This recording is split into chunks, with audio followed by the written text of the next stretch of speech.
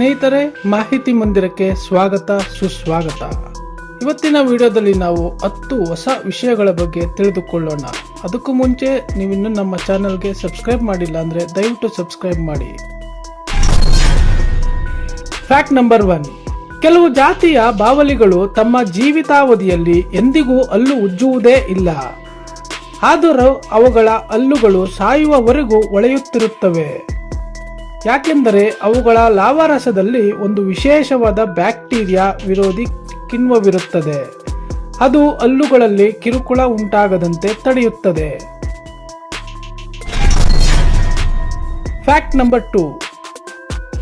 Broccoli ಎಂಬುದು ನೈಸರ್ಗಿಕವಾಗಿ ಬೆಳೆದ ತರಕಾರಿಯಲ್ಲ. ಸಾವಿರಾರು ವರ್ಷಗಳ ಹಿಂದೆ ಮನುಷ್ಯರು ಕಾಡು ಎಲೆಕೋಸು ಗಿಡವನ್ನು ಆಯ್ದ ತಳಿ ಸಂವರ್ಧನೆ ಮಾಡುವ ಮೂಲಕ ಇದನ್ನು ಸೃಷ್ಟಿಸಿದರು. ಕಾಲಿಫ್ಲವರ್ ಕೂಡ ಇದೇ ರೀತಿ ಮನುಷ್ಯನಿಂದ ಸೃಷ್ಟಿಯಾಗಿದ್ದೆ. Fact number 3. ನೀಲಿ ತಿಮಿಂಗಲದ ಹೃದಯವು ಎಷ್ಟು ದೊಡ್ಡದಿದೆ ಎಂದರೆ ಅದರ ಪ್ರಮುಖ ರಕ್ತನಾಳಗಳ ಒಳಗೆ ಒಬ್ಬ ವಯಸ್ಕ ಮನುಷ್ಯ ಆರಾಮವಾಗಿ ಈಜಬಹುದು.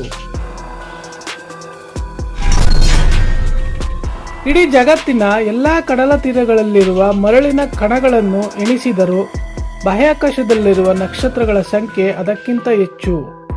ವಿಜ್ಞಾನಿಗಳ ಪ್ರಕಾರ ಪ್ರತಿ ಮರಳಿನ ಕಣಕ್ಕೆ ಪ್ರತಿಯಾಗಿ ವಿಶ್ವದಲ್ಲಿ ಸುಮಾರು 10,000 ನಕ್ಷತ್ರಗಳಿವೆ. Fact number 5. ಮನುಷ್ಯರನ್ನು ಬಿಟ್ಟರೆ ವ್ಯವಸ್ಥಿತವಾಗಿ ಸೈನ್ಯ ಕಟ್ಟಿಕೊಂಡು ಬೇರೆ ಗುಂಪಿನ ಮೇಲೆ ಯುದ್ಧ ಮಾಡುವ ಏಕೈಕ ಜೀವಿಗಳೆಂದರೆ ಇರುವೆಗಳು. ಅವುಗಳಲ್ಲಿ ಗುಲಾಮಗಿರಿಯ ಪದ್ಧತಿಯೂ ಇದೆ. ಕೆಲವು ಇರುವೆಗಳು ಬೇರೆ ಗೂಡಿನ ಇರುವೆಗಳನ್ನು ಅಪಹರಿಸಿ ತಂದು ಕೆಲಸ ಮಾಡಿಸಿಕೊಳ್ಳುತ್ತವೆ. ಈ ಹಿಂದೆ ಗುರು ಗ್ರಹಕ್ಕೆ ಹೆಚ್ಚು ಚಂದ್ರರಿದ್ದರು. ಆದರೆ ಇತ್ತೀಚಿನ ಸಂಶೋಧನೆಯ ಪ್ರಕಾರ ಶನಿ ಗ್ರಹವು ಈಗ 146 ಚಂದ್ರರನ್ನು ಹೊಂದುವ ಮೂಲಕ ಸೌರಮಂಡಲದ ಚಂದ್ರರ ರಾಜ ಎನಿಸಿಕೊಂಡಿದ್ದಾರೆ.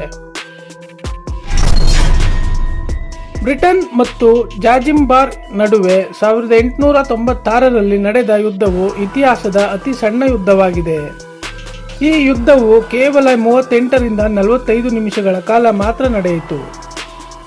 ಜಾಂಜಿಬಾರ್ ಶರಣಾದ ಕೂಡಲೇ ಯುದ್ಧ ಕೊನೆಗೊಂಡಿತು. ನಮಗೆ ಮಿಂಚು ಹುಳಗಳು ಮಾತ್ರ ಕತ್ತಲಲ್ಲಿ ಮಿಂಚುತ್ತವೆ ಎಂದು ಗೊತ್ತು. ಆದರೆ ಆಶ್ಚರ್ಯದ ವಿಷಯವೇನೆಂದರೆ ಮನುಷ್ಯನ ದೇಹವೂ ಸಹ ಕತ್ತಲಲ್ಲಿ ಮಿಂಚುತ್ತದೆ. ನಮ್ಮ ದೇಹವು ನಿರಂತರವಾಗಿ ಅತಿ ಕಡಿಮೆ ಪ್ರಮಾಣದ ಬೆಳಕನ್ನು ಹೊರಸೂಸುತ್ತದೆ.